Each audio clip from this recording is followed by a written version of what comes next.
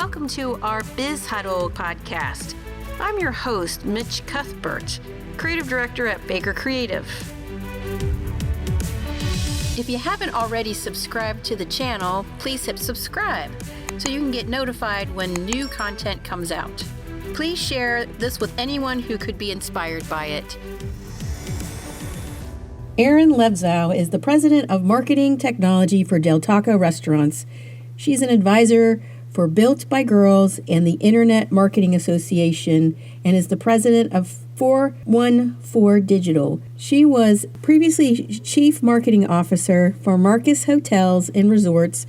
Erin earned a bachelor's degree in theater from Illinois State University and a master's certificate in strategy and branding for Cornell Johnson Graduate School of Management. She was named Marketing Technology Leader of the Year by the Global Internet Marketing Association in 2020. Welcome, Erin. Welcome, Erin Levzow from Del Taco. I know you're the Vice President of Marketing Technology. It's so great to have you join us. I really appreciate it. Thank you for having me. So I was kind of curious for people to kind of get to know your story and being a working mom, and you have this great career, and what is the most challenging aspect of your job? Of my job, the challenging aspect is, I think, probably the same as everyone's: time and resources, right? So there's not enough time in the day for all the cool things we want to do. And then there's not enough people or money in the world. And it's been the same at every job I've had, right? It's always comes down to time and resources. Exactly. So, as a working mom and trying to balance that, some people think it doesn't even exist, the work-life balance, but what's your take on it? I don't think work-life balance, well, I don't like the term work-life balance because it makes it sound like it's a scale and you like work is not part of your normal life. So work's on one side and then everything else is on the other. And that's just not true because you spend more time at work than you do sometimes with your kids or your family. So I think it's important that we think of it as a blend, right? And work should be just part of your life, like what your career is, what your job is. It's not something you should feel like you have to do. It's something you want to do. And then it blends together. I'll tell you, as a mom, I have 3 small children, and they are a big part of my life. Like, I talk to them about my job. I talk to them about what I do. It's different when I worked in casinos. I still talk to them about it, but I left a lot of stuff out. With Del Taco, I can talk a lot about what we do and what that looks like. And I think it shows them that it gives them something to grow up with, knowing that their mom works really hard to support them. And I do believe that the blend is all about what you make of it, right? There are times where I have to leave because I want to take my kid to the doctor, or I want to be the one to see the performance or whatever it is, but I'll make it up, right? It's flexible work. It's not, I never want to be the mom that misses everything, knowing that some things I will miss because I'm working, but it blends together. And it's again, I don't like the term balance, but it's figuring out when it's about focus on the family, when it's about focus on work, when I can blend those two together. I talk to a lot of working moms, and it seems like a lot of times either they feel afraid to do something like that, or they feel like sometimes there's mommy shaming, or sometimes it can be very difficult with a lot of pressure, And is there any tips that you can kind of give them to kind of feel like it's okay? I mean, because it really is. You can't have mom guilt, and we all have it, right? Like, you have to check yourself when you have that mom guilt, that feeling, and go, okay, I need to take a step back. Am I doing my best? And that's all that matters. I have mom guilt, right? Like when my kids are like, oh, you didn't know I had this test today. And I'm like, oh, like it could be the littlest thing. And I'm like, I didn't know. Why didn't I know? Oh my gosh. Like, we are so much more involved as parents than any group that has come before us in life. And I can't put that mom guilt on me. I'm just not that parent. And if I did, I think I'd crumble. So I do the best I can. And I think that's all we can ask of other moms too, and not to judge each other. I'll be the first to know, like, I've shown up in the carpool line and someone will be like, oh, are you their mom? And I'm like, yep. like, thanks. Like, and they're like, oh, we haven't met you yet. And I'm like, it's halfway through the year. Sorry. Like, I don't have time to hang around here. Like, I'm sorry. But it definitely, there's a lot of judgment out there, and I try my hardest not to judge other moms. We're all going through it. We all have our own feelings, whether you're a stay-at-home mom, a working mom, whether you're just trying to make it through, whatever your situation is, like, we need to help support each other and lift each other up and not judge each other and how we're parenting. It's so true, because what's right for you might not be right for somebody else. I mean, it's what Exactly. fits you. So then how do you make it work when you're working at home and with the kids? What does that look like? Um, I don't know. It's a hodgepodge. So I do have an office. I have a home office. I work very hard out of my home office. The kids know if the door is shut, they still come in. I mean, they know they're not supposed to come in, but they'll still walk in. They'll get close to my desk. My desk's at an angle, and you'll just see me put my hand up and go like this. And then they slowly back up and leave. But I think what's great is, as a working mom, you get used to multitasking. So I'm used to catching out of the side of my eye someone slowly coming in, and asking them to turn around and leave. Every now and then someone will write a note and slide it across my desk, and it'll be something like, "Can I go outside?" And I'm like, "Where's your dad?" Like, what? Why are you talking to me right now? But just little things like that. So you just make it work. They go to school, so that's the great thing. Like, once the pandemic eased up and they could go to school, that helps. And they know mommy's working, so let's not bother her. And then when I come out, they'll go, "Are you still working?" I'm like, "Nope." And then they know they have my full attention. Well, and I think your husband helps out quite a bit, doesn't he? He does. He's a stay-at-home dad, and he's amazing. He decided, so we both worked for a long time. We had our two girls first, and when we moved from Vegas to Dallas, he decided to be a stay-at-home dad, and we had discussed it.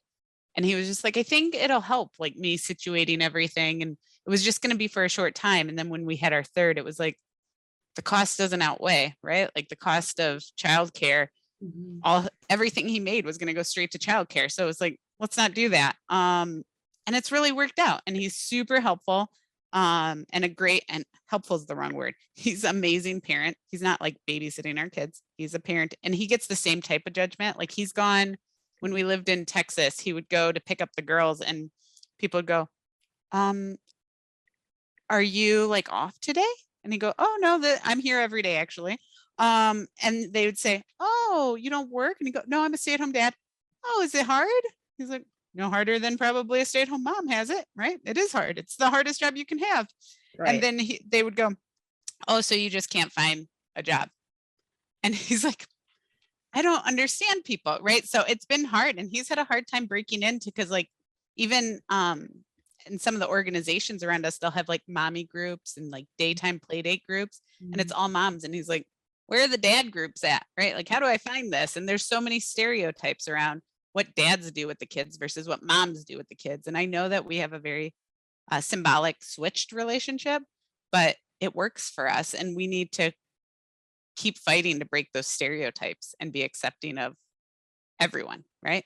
I totally agree with that. I mean, I don't think it's just one person's role to raise parents or to be, watch them throughout the day. I just don't think it is. And he'll have a different approach than yours, but it all comes together and makes sense. Hmm. And I think it is something I have noticed, that sometimes there is pushback if you don't have kids early enough, if you don't have enough kids, if your spouse is watching the kids. It's a very interesting cultural definition of what things worked then, but it doesn't work now. And it's what it is. So Yeah. I commend that you guys, figured it out and doing your own thing. I think that's important, because in the end, they're not in your house babysitting your kids. You are. Exactly.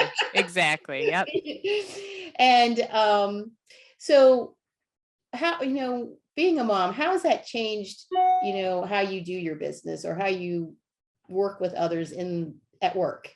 I think having kids really opens your eyes to learning about situational leadership. Situational leadership and having children are not too different, right? No kid's the same. Everybody's treated differently. I have one kid who, like, she cries at everything. Like I could be like, hey, you need to come here. And she'd be like, why? I'm like, why are you crying? Like I was just going to ask you to help me do something. Stop crying. I have another kid who has a lot of anxiety and we deal with that. Right. And then I have another one but she always follows the rule. I know that if I tell her this is what the rule is, she's always going to follow it.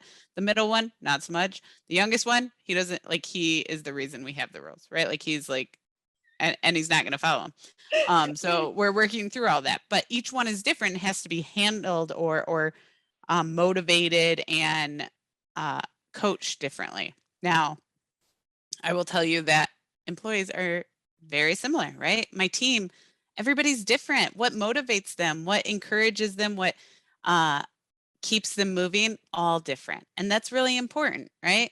So I say that because it's so important to like understand that about your team, and this idea that I'm going to parent my kids the same way or I'm going to coach my team the same way is not the way. So I think my kids have taught me a lot about being a leader. They've taught me a lot about empathy, right? The same empathy I have for my kids and the same way I advocate for my kids, right? And go to bat for them is the same way I do for my employees. Mm-hmm. Absolutely the truth. And I think when people realize that you care, then it changes the dynamic at work. I mean, and also with the customers that you serve, it really translates all across the board. Agreed. Yeah. So in what way has the merger with Jack in the Box changed things for you? Not a whole lot. Like not a lot has changed, which is great, right? Everybody assumes like that's going to happen in big upheavals. Like it's been wonderful. The team there is wonderful. The team at my team is wonderful. Everybody, it's a really great culture. Oh, that's great. That's wonderful to hear, because sometimes it's not so great, but it sounds like, I mean, you guys are a really strong brand to begin with. And to Yeah. have you guys come together. Because I mean, it was my understanding you're the second leading growing Mexican restaurant in the category, and that's huge. It is. It is a big deal. So we're proud of where we stand, and even more exciting and cool things to come. Absolutely. Well, congratulations on that. I think that's cool. Thank you. Thank you. Yeah. So being in your space, the digital space, how do you think it evolved in the last year? Well, digital with the pandemic accelerated, right? Marketing technology, everything accelerated because it had to, right? We all of a sudden went to like, you can't touch paper. And so just that one example, like QR codes made a vicious comeback. So it continues to change. Digital always changes. The moment you think you've learned something is the moment that it changes the next day and the next day. And the moment I think I'm the smartest person in the room is the moment I'm the dumbest person in the room, right? I'm constantly learning, and my team teaches me so much. Like, I'm like, why does that work this way? And I'll be the first to be like, this might be a dumb question. And sometimes it is, but it's because I just don't know. So I'm always learning. And luckily, I like to hire people who always like to learn. I always like to learn because it changes so fast. And digital is one of those things that every day is changing. It's going to keep going. It's not going anywhere. And people keep saying, like, what do you think the future of digital is? I don't know, but I do know that it's going to keep evolving, keep changing, and it's going to be fun when we do it. What do you think about the Facebook meta? I mean, what's your take on that? I don't know. So I had Facebook back when like you put your college courses in Facebook, right? Like, and you added your professors at the university, and watching how it evolved and changed. Like it's clearly such impactful in all of our lives, right? Like my time hop every day shows me something I posted on Facebook in 2006. So to think that a good portion of my life has been spent on Facebook is crazy to me. I don't know where it's going to go. People keep going, oh, Facebook's going to go away. It's, look at Snapchat, look at TikTok. Like those are cool, but I don't see Facebook going anywhere. And especially Meta, and now Meta is like Facebook and Instagram. Like it's still such a huge part of my day. Oh yeah, absolutely. Do you feel like your target audience has shifted in any capacity? No, not necessarily. I think it just depends on the channel, depends on who you're talking to, for sure. That is so true. So how much do you engage with the franchise side of the business, and what does that look like? We love our franchisees. So we do engage. Like any concept, there's a franchise group that we talk to very often, and especially for marketing technology, and they're wonderful. I mean, honestly, I've worked in many different franchise concepts, and our franchisees are some of the best I've ever worked with. They're open, they're communicative.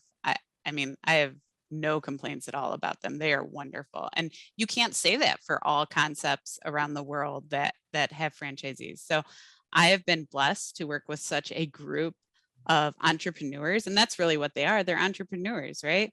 And I think that's fascinating to learn. They're focused on driving the business. We're focused on driving the business, and we get to do it together. Oh, I think that's wonderful. I mean, you can't ask for better than that. Exactly. So what's the biggest mistake you see a lot of women business owners or leaders make? Because I mean, you go to you're at a lot of events, you get to speak at a lot of events. What do you see? Overall, the people who stop learning. Mm-hmm. And it really is. And like I said, learning is so much a part of my job. I mean, it's important. Anytime I've joined a company, I'll say, like, how much time can I dedicate to learning? And they go, what do you mean? I was like, well, there's doing my job, right? Moving forward. And then there's learning so I can do my job. And I need to be able to learn. And so I think sometimes when we get so ingrained in the day-to-day, it's hard to carve out that time to go, okay, is this really how it's supposed to be? Did something change? Should I learn something new? And that's probably the biggest, and I won't even say mistake. People don't do it on purpose. It's because their day gets away from them, and then it becomes a week and then a month, and all of a sudden they can't move forward. So I think we all have to be careful to make sure we carve out time to learn, to educate ourselves. It's true. We have a culture of learning here as well. And if I don't schedule it, it doesn't happen. Exactly. Always something's going to pop up, a call or something. And then before you know it, you're like, oh, I lost the time. Where did it go? Yep, exactly. Yeah. And I think the same goes with, making pockets for your family as well, because sometimes things can creep into, weekends and nights, and sometimes it's okay, but then on a regular basis, sometimes you have to. Yeah. So if you had to leave a legacy when it's all said and done, what would that look like? The same way that, like, I don't care if my kids win the biggest trophy or come in first place. I care that they held the door for the teacher who had her hands full. I care that they helped and consoled a kid that was crying, and they have big hearts. That's the type of legacy I want to leave. I want people to go, she helped me. She helped me grow. She gave me solid advice. I don't know what kind of legacy you would call that, but that's what I want to leave. I want to know that I've done everything I can to lift up those around me. I think that's a wonderful legacy. I mean, I think that's wonderful. Thank because for the small, you think you're touching a little amount of people, but really it amplifies out like ripples in the pond. Well, thanks, Erin. I really appreciate you coming on here. And I know a lot of people will get a lot out of your insights and your advice. Great. Awesome. Thank you so much.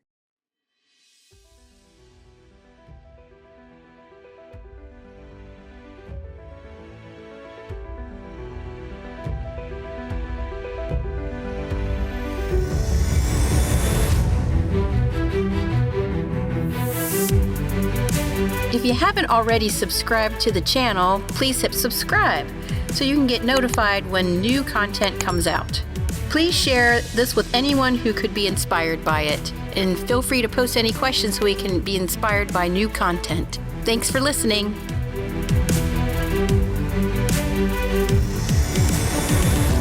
If you're interested in learning more, visit our website at bakercreative.co.